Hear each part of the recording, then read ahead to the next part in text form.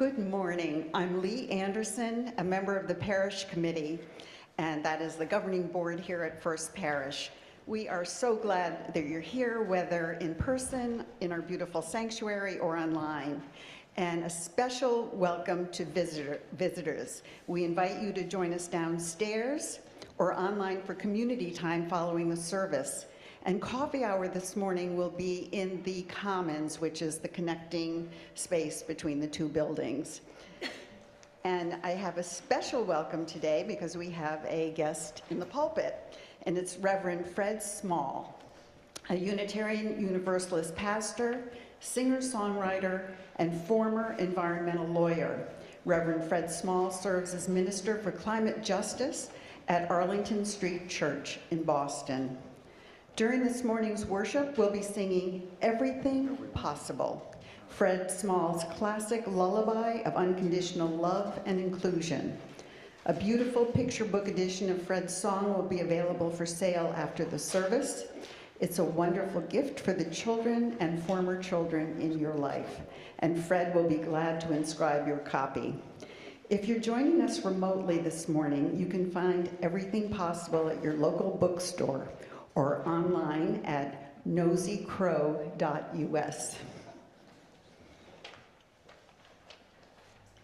Our mission is to build community, search for meaning, deepen our spirituality, and make a better world. If you have questions about First Parish or Unitarian Universalism, someone from our membership team will be at the welcome table during coffee hour to greet you and answer any questions. Reverend Lisa and Kate Holland, our Director of Lifespan Education, are also available after service and would love to meet you. A big thanks to all our service participants whose names are in the order of service, and please remember to silence your cell phones. Please join me now in taking a moment to say hello to one another, including a wave to those online on the camera on the east wall. And we have an announcement from Ted Barnes and the whole visioning team.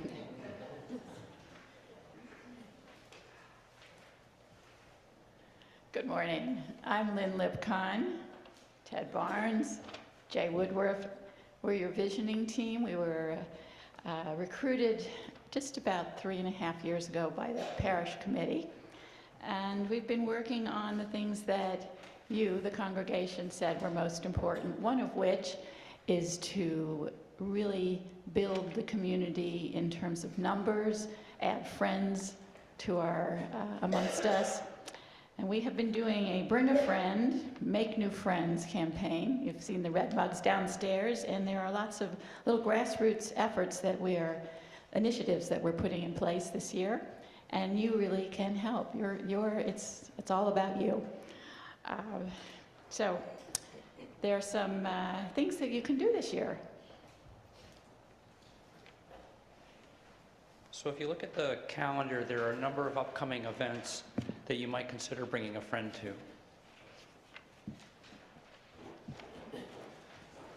For example, on March 30th at 2 p.m., a Sunday, Jane Siaka, a local historian, will present her book, Enslavement in the Puritan Village, The Untold Story of Sudbury and Wayland, Massachusetts.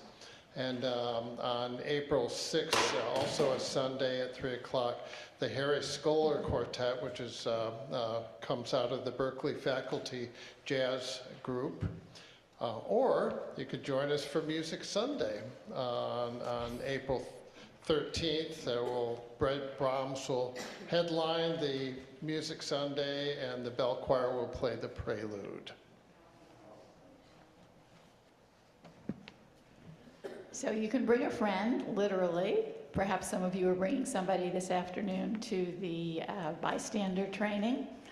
And sometimes you can do a watch party. So on March 11th, Love That Dirty Water. A cleaner Charles River will yield safer communities. It's a webinar, so you can't bring anyone, but you could have a watch party. It just really shows people what we're about, the kinds of things we care about. So if you plan to come to any of these events that you've just heard about, please think about asking someone to join you. and we're trying to measure what we're doing. So we've got this thing down in the breezeway. So we've made a little bit of progress. We're trying to get up to here by the end of the year. So one model is if one of you has 20 friends, then we can all go home. And if that's not the case, we're sort of assuming this is kind of, everybody does a little part. If you want to know anything more about what Visioning's up to, or you want to talk to us about this or anything else, we'll be at coffee hour. You can also reach us at visioning@uuwayland.org. A heartfelt welcome to all, and now I invite the Sambuco family to come up to light the chalice.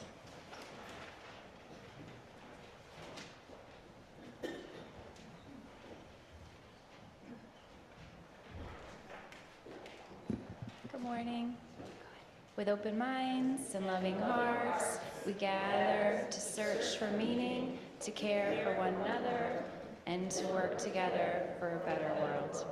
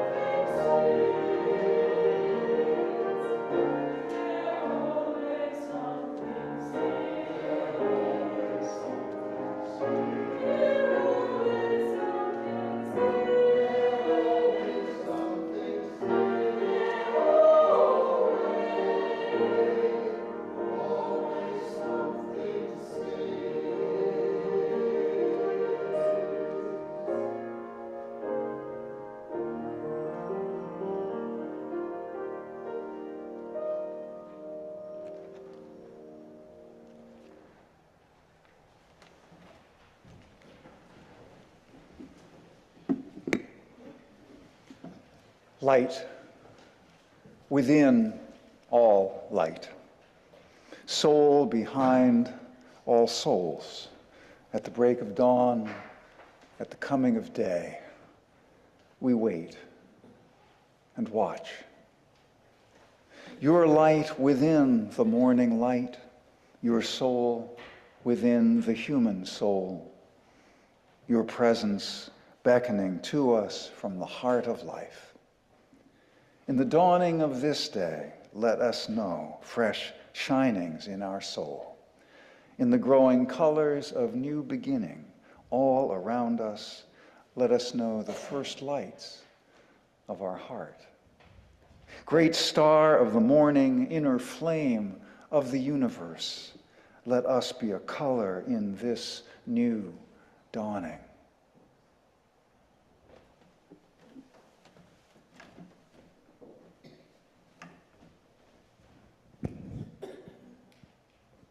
Bright morning star arising, bright morning star arising, bright morning star arising, days are breaking in my soul.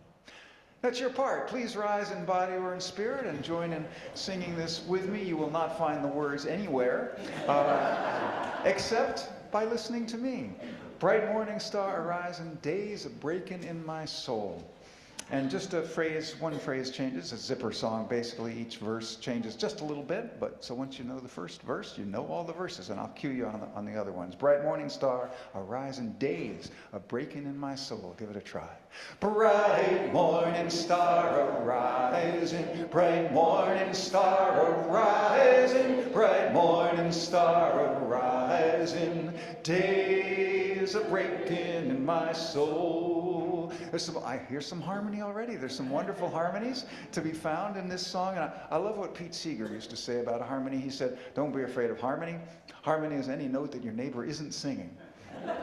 Bright morning star. And then I'll give you some other verses. Bright morning star. Bright morning star arising, bright morning star arising, bright morning star arising, days are breaking in my soul for justice and compassion, for justice and compassion, for justice and compassion, for justice and compassion, days are breaking in my soul for peace in every nation. For peace in every nation, for peace in every nation, for peace in every nation, days are breaking in my soul for the healing of creation. For the healing of creation, for the healing of creation, for the healing of creation, days are breaking in my soul for the future of our children, for the future of our children, for the future of our children, for the future of our children, days are breaking in my soul. Last time, bright morning star. Bright morning star arising, bright morning star arising, bright morning star arising, days are breaking in my soul. Beautiful singing. Have a seat.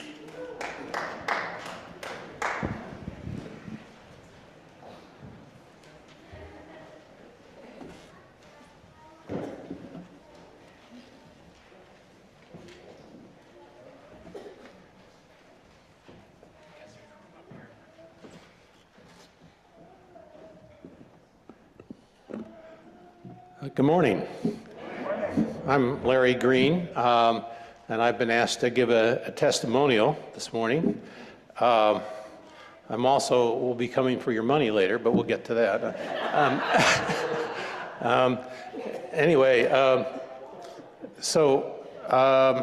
Like many of you, I was not raised Unitarian. I, in fact, was raised in a city in the Midwest, which is far, far away, both geographically and politically, from New England. And in this town, everybody referred to themselves as a rock Republicans. So they all went to the Presbyterian church in town, which was the main church. And that's where I was forced to go as well. So This was a church, I don't know if you're familiar with it, but the primary distinguishing feature is that they believe in predetermination, which I thought was a lot of hooey at the time. And I didn't think God had a particular plan for me anyway. So when I left there and went to college, I sort of left religion behind, and that was sort of the end of religion as far as I was concerned. So fast forward many years, I met my wife, who strangely also happened to be raised Presbyterian, but in New Jersey and not in where I was from. So we got married in the Presbyterian church, and that was sort of the end of religion for me.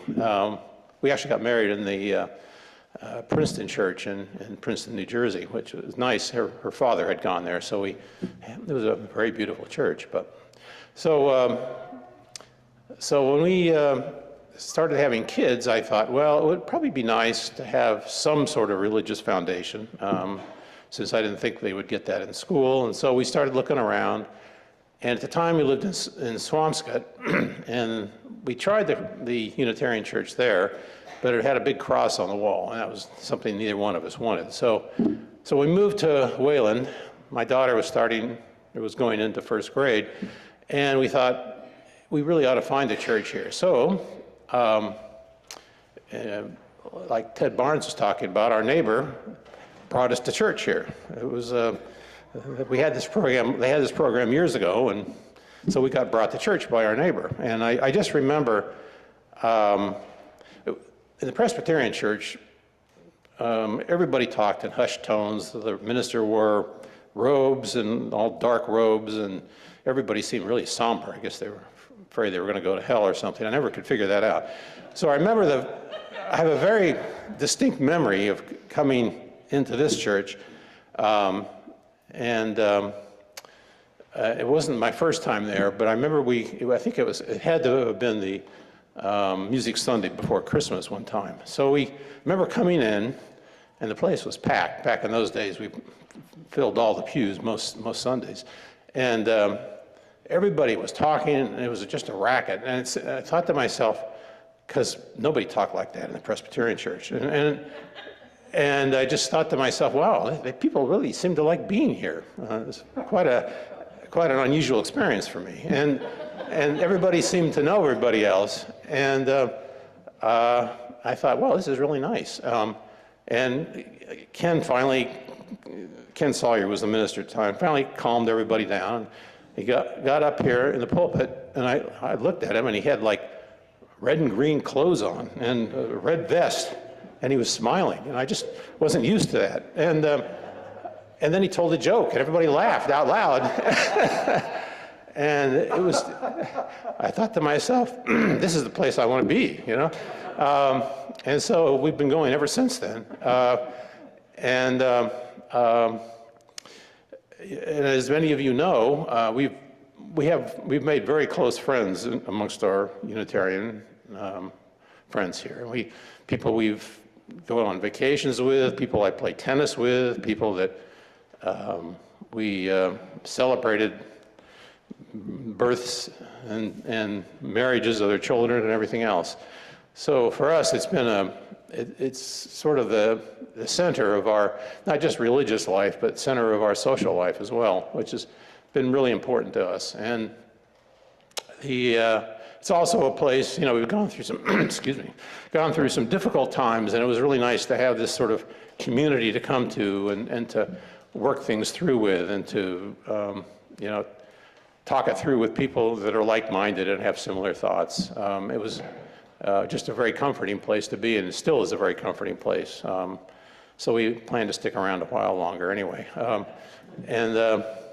So this is why I'm here. This is why, and this is probably, the most, a community where I feel most at home. I have a work community, we have other people we know, but we feel very comfortable here. We really like the people, and it's been really important to us to have this community. Thank you.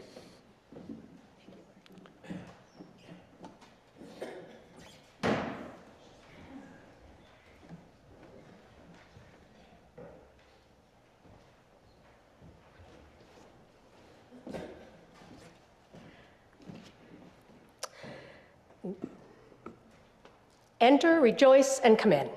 Open your ears to the song. Open your hearts, everyone. Don't be afraid of some change. Today will be a joyful day. Enter, rejoice, and come in. When I reflected on why our family's membership at First Parish is important to us and how it's evolved and is now an assumed part of our family life, I found this hymn, number 361, stuck in my head. I was tucking our middle daughter, Isabel, into bed a few nights ago, and I don't know whether I was humming it softly or singing it out loud. Without missing a beat, she started singing along with me. And at 9 years old, she knew every word. I found so much familiarity and happiness in the words and in our shared tradition of singing it as a community. And I really sad that had developed for me without my knowing it until I was thinking about how important the community is to me and that it had become that for our family collectively and not just for me. Good morning. For those who don't know me or our family, I'm Betsy Cullen, and First Parish has been a part of my and my husband Chris's life for a number of years, and for our daughters, Fiona, Isabel, and Bridget, who are all dedicated here since they were born. I deliberately chose not to be confirmed as a young adult when after being raised in a Catholic family, I knew that it was a spiritual community that was not quite a right fit for me. And I'll admit, it's taken quite a while for me to get used to accepting the idea of church to be something else. And it's still a work in progress for me to accept that church could be something that is so significant a part of mine and our family's life together. It's something that I've come to not only enjoy, but to take comfort and inspiration in. So when asked to give a testimonial about why First Parish was important to us, I think the things that resonate the most are that it is both a community and a living tradition that offers grace to be wherever we are at a particular moment, and it does not expect perfection.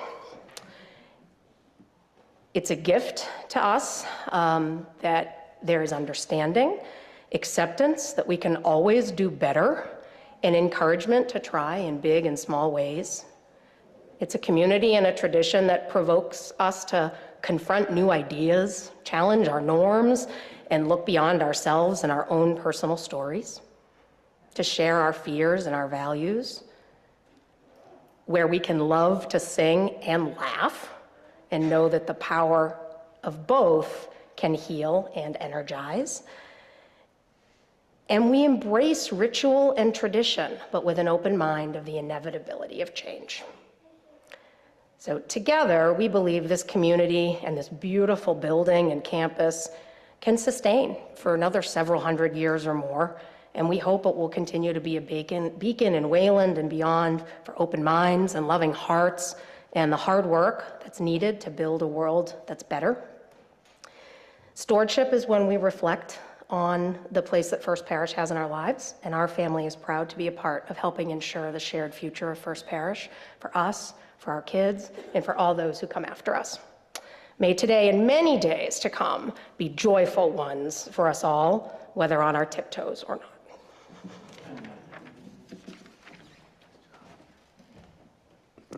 Thank you, Betsy and Larry. And now I have the joy of inviting the children to join me and their teachers and go out to their classes while we sing Gaudeamus.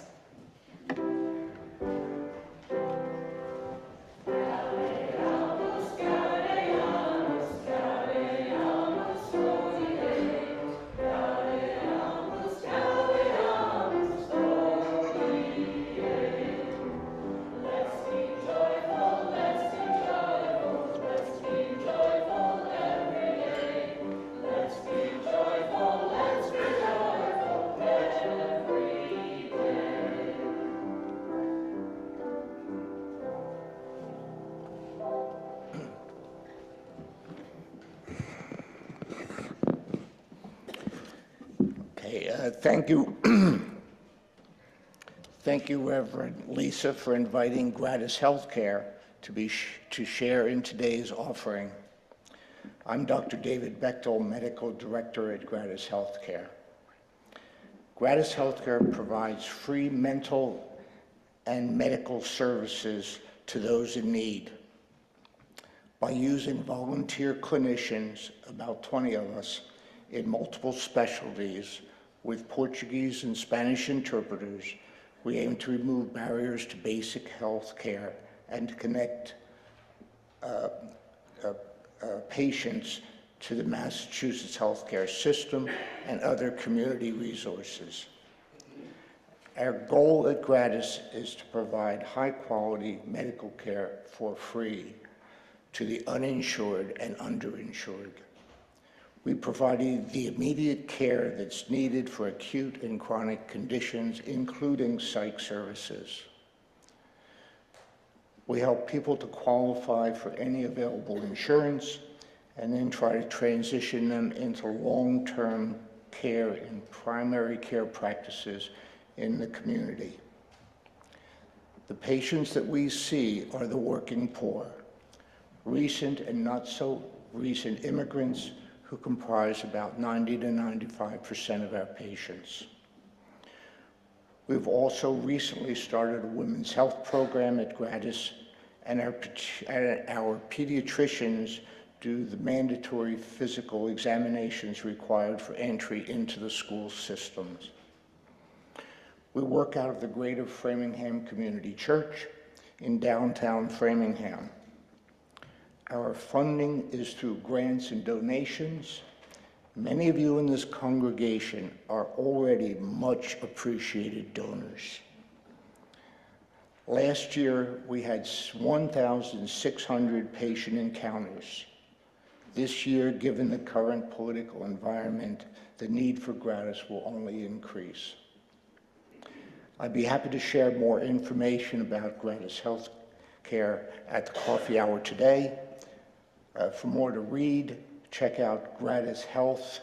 That's gratishealth.org, and a convenient button is there if you choose to donate. Thank you very much.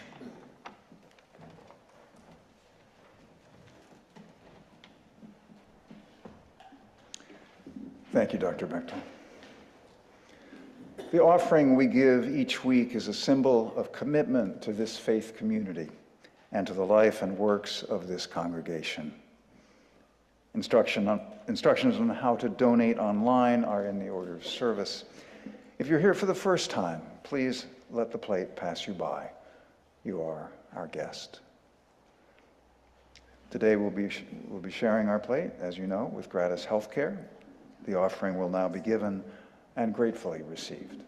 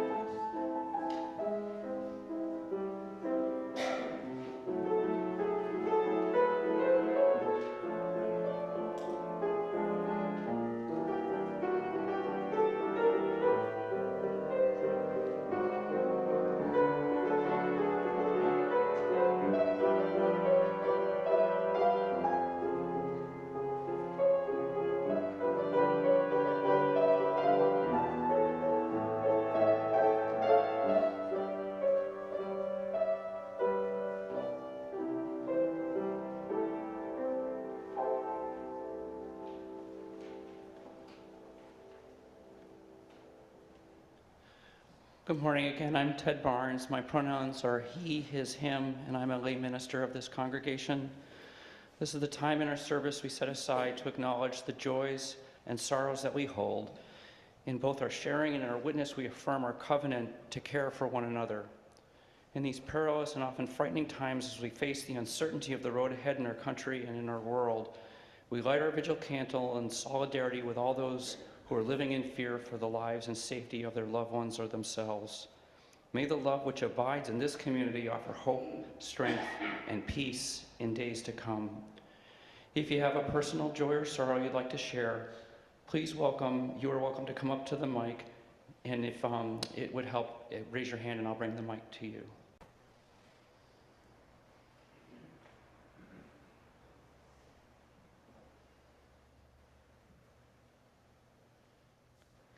Blessed be.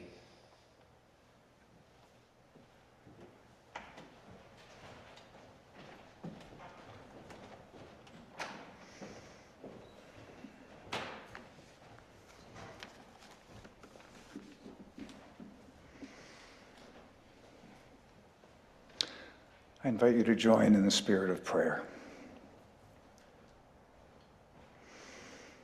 Spirit of life, Holy One, essence and breath of all that is. Take my fear and let it become wonder. Take my grief and let it become compassion. Take my doubt and let it become courage. Take my self-centeredness and let it become love. Take my broken heart and let it become my strength. Amen. And blessed be. In silence, we descend deeper than words, centering down to the ground of being. During the silence, I invite you to pray, or to meditate, or to contemplate ultimate things.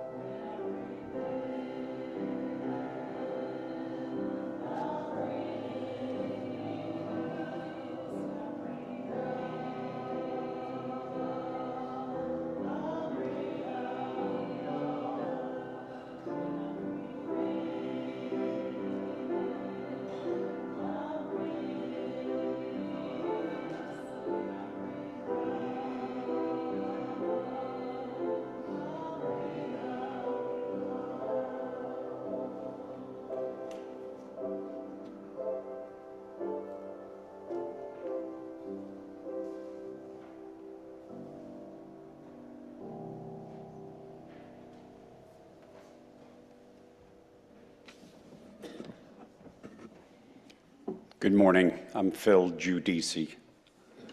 Our reading today was written by Joy Harjo. Joy is a member of the Muskego Creek Nation. And in 2019, she became the first Native American to be the U.S. Poet Laureate. Joy is also a painter, a musician, playing the saxophone, and a writer. Once I traveled above the earth. This beloved planet we call home was covered with an elastic web of light. I watched in awe as it shimmered, stretched, dimmed, and shined, shaped by the collective effort of all life within it. Dissonance attracted more dissonance. Harmony attracted harmony.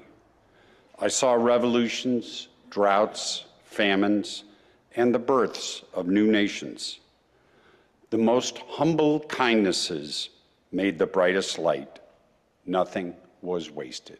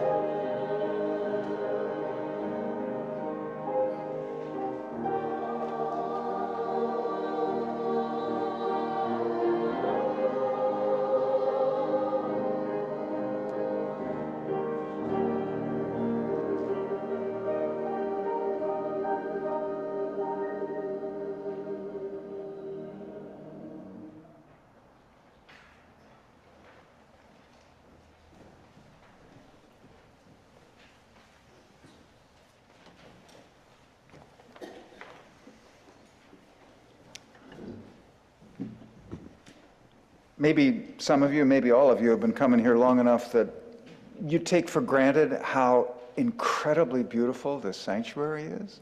But I think this is my first time here, and I am just dazzled by how lovely it is. And then the beauty of your words, the beauty of the choirs singing, Polly's playing, the sunshine outside. There is so much wrong with the world and so much suffering, and we have so much work to do. And don't forget, please, don't forget the beauty that is all around us.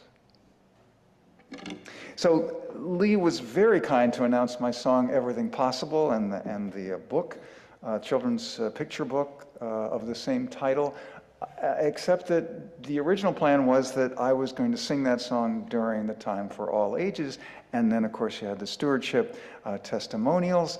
So we are not going to be singing Everything Possible today, and there is no book. I didn't bring any books with me to sell. If y'all invite me back, maybe we'll do that the next time, but not today. In the meantime, by all means, look for it at your local independent bookstore, and if they don't have it, you can order it, and you can also find it online. But not today, not right now. I knew a man once who tried to save a tree. It was a magnificent red oak planted in the 19th century through numberless winters and springs and summers and autumns.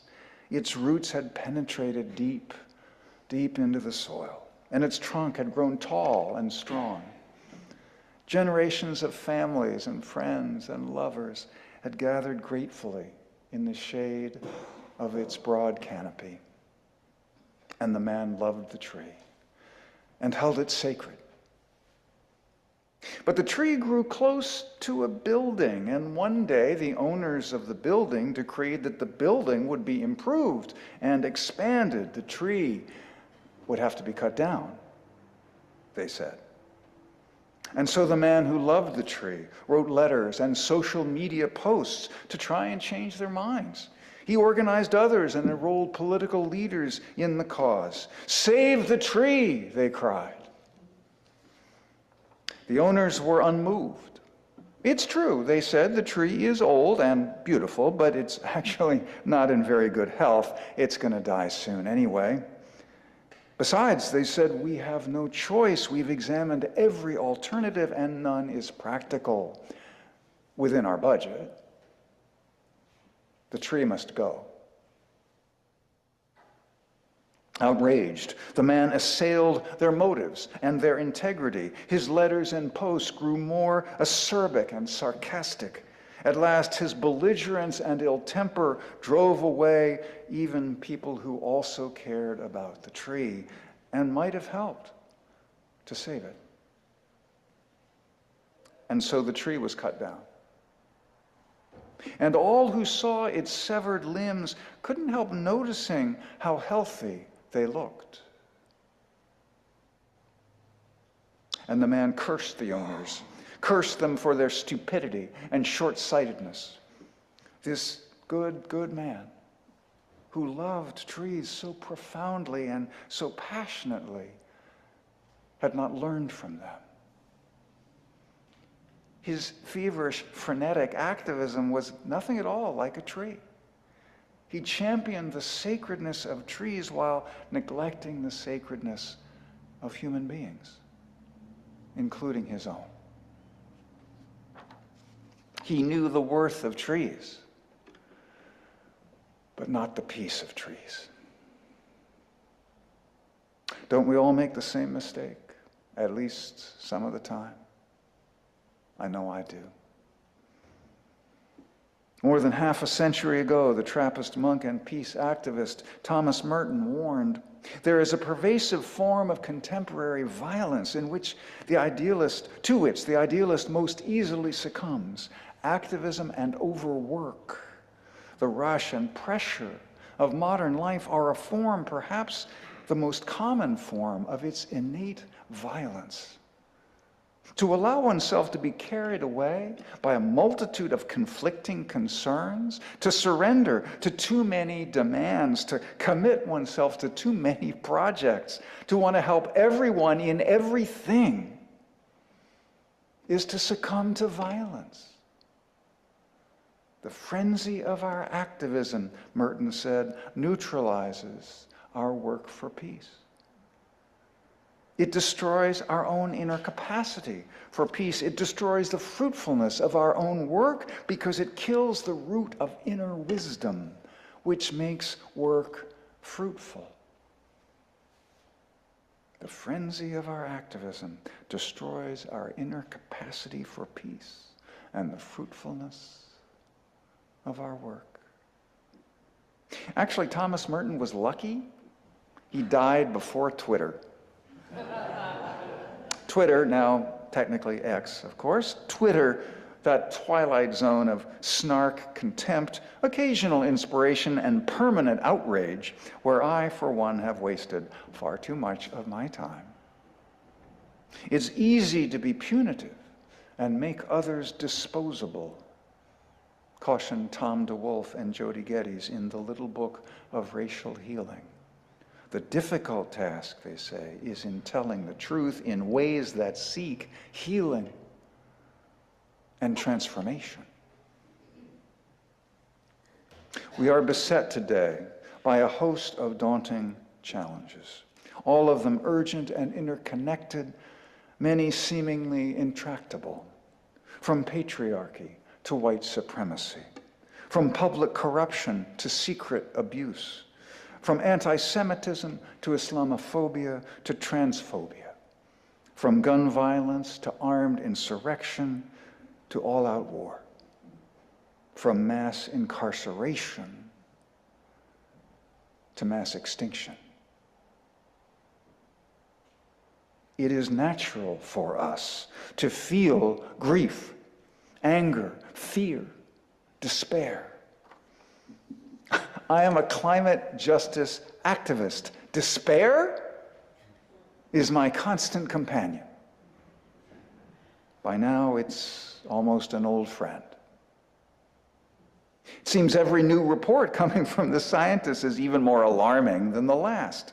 As Lily Tomlin once observed, things are going to get worse before they get worse. Whoever is in the White House, whoever controls Congress, in this political system, in this economy, in this culture, the chasm between what climate science demands and what our politics permits is likely to persist for a very long time. The realization that it's too late to prevent significant global warming, too late even to prevent vast suffering, has had a surprising effect on me. Instead of making me more anxious and agitated, somehow it has calmed and steadied me. For decades, as a climate activist, I felt like I was in a rowboat above a thundering waterfall, rowing frantically to keep from going over the falls. Well, the boat is going over the falls.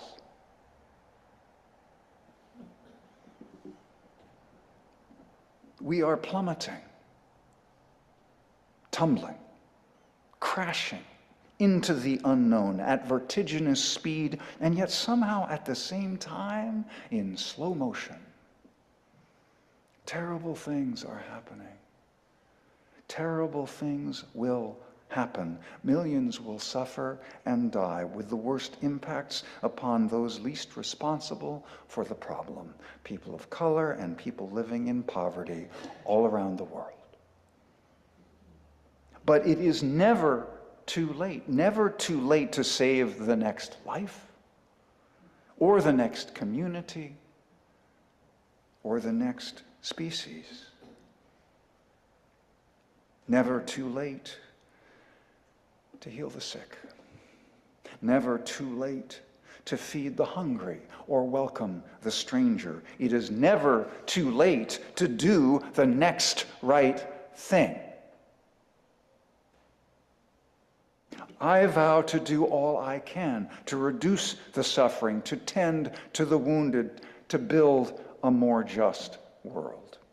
But since I believe it is too late to head off catastrophe, I am resolved to do these things mindfully, with love and compassion and tenderness and generosity of spirit and gratitude for a beautiful day and a gathered congregation.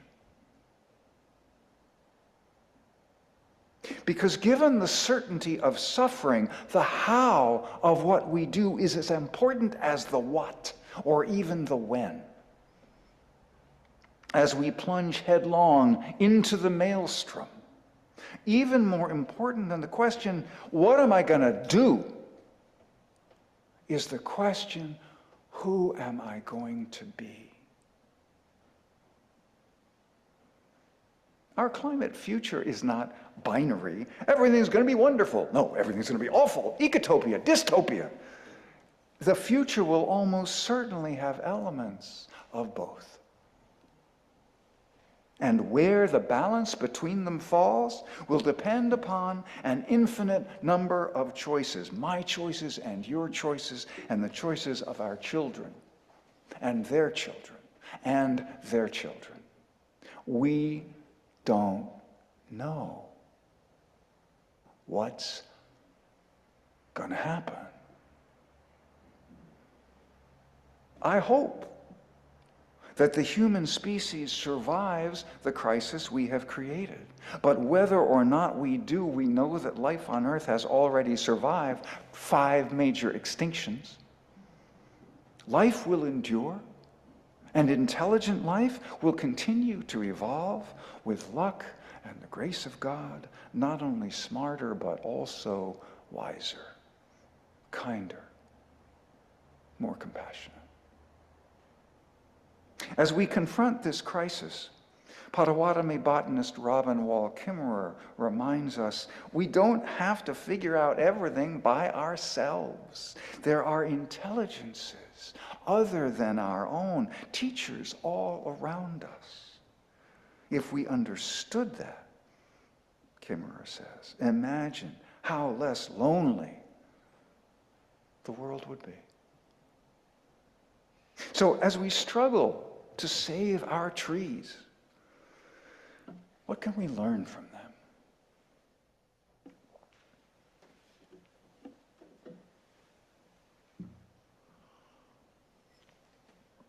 First of all, hydrate. We can also learn patience. When we're in mortal danger, patience can be hard to cultivate, and trees can help us. Trees take the long view. They have to. Many live hundreds, even thousands of years. By patience, explains Buddhist teacher Pema Chodron, we don't mean enduring, grin and bear it. In any situation, instead of reacting suddenly, we could chew it, smell it, look at it, and open ourselves to seeing what is there. The journey of patience involves relaxing, Chodron says, opening to what's happening, experiencing a sense of wonder. To be patient means to slow down. On an exposed cliffside in the Canadian Great Lakes is a white cedar that's taken 160 years to reach the towering height of 4 inches. That's taking it slow. Even when a tree is under threat, it responds slowly. When a caterpillar begins to chew on an oak leaf, it can take an hour before defensive compounds reach the leaf to repel the pest. The hectic pace of humans takes a toll on our activism, our relationships, and our souls. We can be peaceful in our fervor insists Charles Eisenstein. We can be patient in our urgency. You know, if your religion doesn't embrace paradox, it might be time to find a new religion. In a society hyped up on hyper-individualism, trees remind us of the interdependence of all beings. Far from the solitaries they may appear, trees are deeply embedded and active in a community of interconnection, which forest ecologists sometimes playfully call the wood wide web. Whether by interlacing root systems, fungal networks, or release of chemical scents, trees warn each other of predators and harmful insects. They can even share nutrients with each other. According to ecologist and Tsimshian native Dr. Teresa Ryan, when a tree in a warming forest dies, it donates its carbon not to its own offspring, or even to others of the same species, but to the newest arrivals in the forest, those most likely to survive as temperatures increase, a bequest of generosity, akin to altruism. Trees model for us the power of commitment, of choosing to be rooted in one place. Because when a seed takes root, it makes a lifelong commitment to that very spot. There it must adapt or die. Our commitments need not be absolute, but they call us to strive and to struggle, to honor our relationships, our communities, and our principles. Commitment demands persistence. Trees persist through high winds, torrential rains, heavy snowstorms that bend their branches, ice storms that break them. If you've ever seen a tree clinging to seemingly naked rock, its root tips stretching to every particle of soil, sucking in the tiniest droplet of moisture, you know what persistence looks like. Trees teach us to live with loss. Every fall, deciduous trees surrender their leaves. Surrender them to the forest floor, enriching the soil not only for themselves, but for all who share their ecosystem. And trees endure the deaths of their companions. From wind, fire, storm, disease, logging, and old age. Trees embody the perfection of imperfection. Admiring an old maple in Connecticut one time, I was struck by its sinuous beauty. Looking more deeply, I realized its beauty lay precisely in its irregularity, its imperfection. Had it been perfectly straight, perfectly uniform, perfectly symmetrical, it would have been grotesque. Only human beings make things like that. God knows better. Maybe I too could accept my imperfections as a mark of beauty. We teach what we most need to learn. When I spend time with trees, I sense their humility, their kindness, their love. I used to think it was anthropomorphic to ascribe human attributes to non-human beings, but I no longer think so. Actually, I think it's anthropocentric to think so. We are all sentient beings. We know that plants feel pain and distress. Why shouldn't trees, in their own way, feel love? If you doubt that, I invite you to spend more time with trees, touching their bark, gazing up at their leaves, and just listening. Trees have been among my wisest and most reliable teachers. As a child, Howard Thurman, who would grow up to become one of the great preachers of the 20th century and a spiritual advisor to Martin Luther King Jr. As a child, he discovered a unique relationship with an oak tree in his backyard in Daytona Beach, Florida. I could sit my back against its trunk, he remembered, and reach down in the quiet places of my spirit, take out my bruises and my joys, unfold them, and talk about them.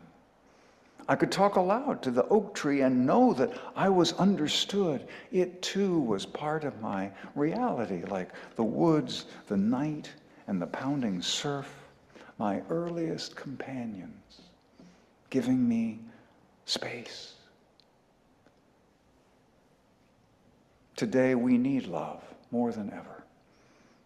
Climate and racial justice advocate Mary Anais Hegler confesses that love is what keeps her going. I don't mean any simple, sappy kind of love, she declares. I mean living, breathing, heart-beating love, wild love. This love is not a noun. She's an action verb. She can shoot stars into the sky. She can spark a movement. She can sustain a revolution. I love this beautiful, mysterious, complicated planet we get to call home. I love that nighttime symphony on steamy southern nights when the frogs croak and the crickets sing and the owls hunt. I love the delicate feel of honeysuckle petals and the warm, grainy earth and dewy grass on my bare feet.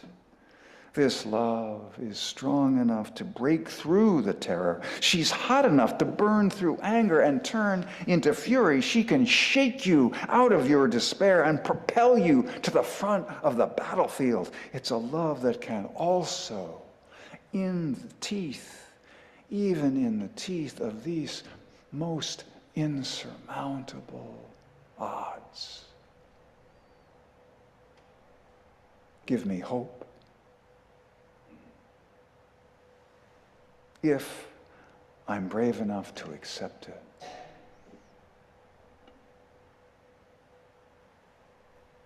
As for prophecies, they will come to an end. As for tongues, they will cease. As for knowledge, it will come to an end. But love never ends. I will let the trees have the last word, with the assistance of their friend and interpreter, the late poet, Mary Oliver. I know technically you don't have saints, but if we did, I think Mary Oliver would probably be right up there. When I am among the trees, especially the willows and the honey locust, equally the beech, the oaks, and the pines. They give off such hints of gladness. I would almost say that they save me, and daily. I am so distant from the hope of myself in which I have goodness and discernment and never hurry through the world, but walk slowly and bow often. Around me the trees stir in their leaves and call out, "Stay a while." The light flows from their branches and they call again. "It's simple," they say. And you too have come into the world to do this, to go easy, to be filled with light, and to shine.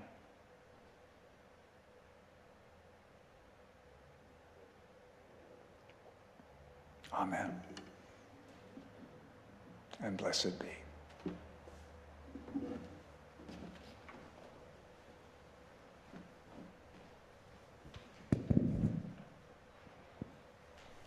Hey! you got a right? Ain't you got a right? Ain't you got a right to the tree of life? Ain't you got a right to the tree of life? Please rise in body or in spirit. Sing this song with me. It was written by Guy Carawan, inspired by the spirituality of the Carolina Sea Islands. Ain't you got a right to the tree of life? Try it. Ain't you got a right?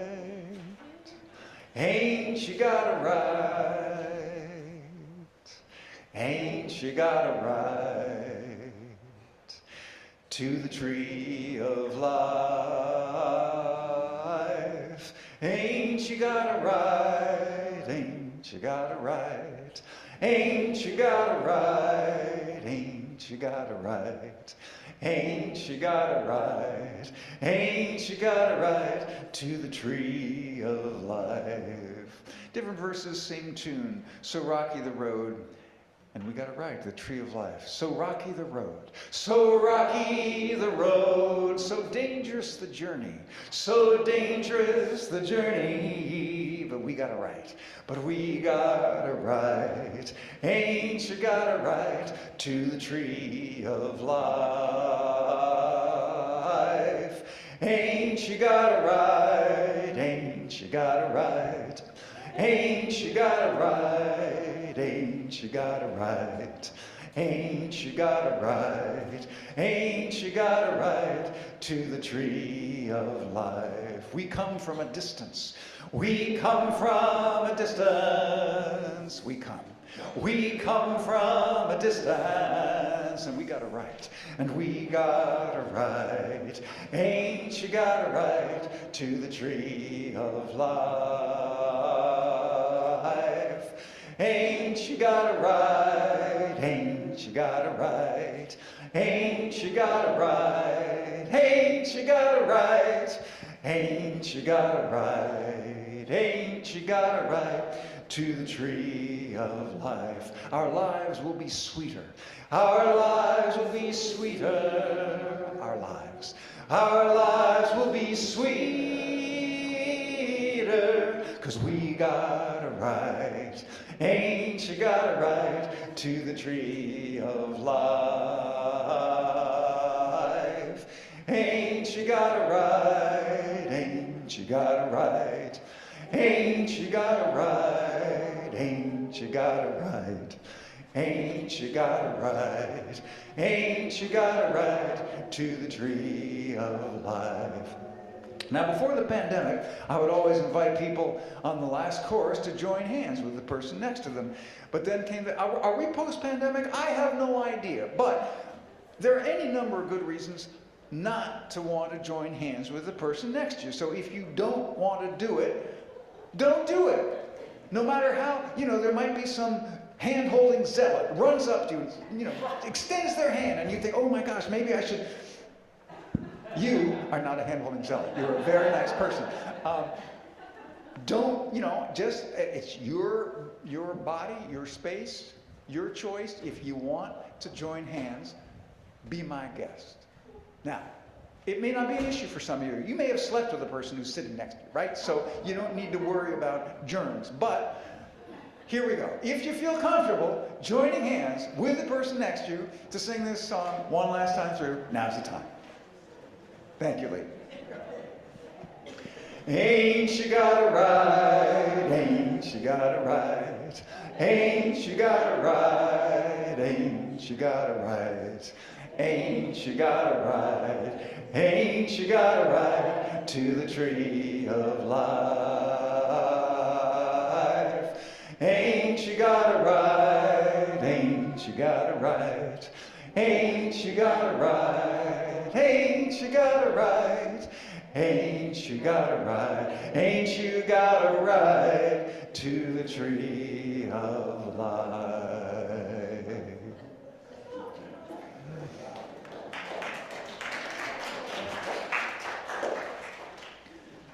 Let go of the place that holds.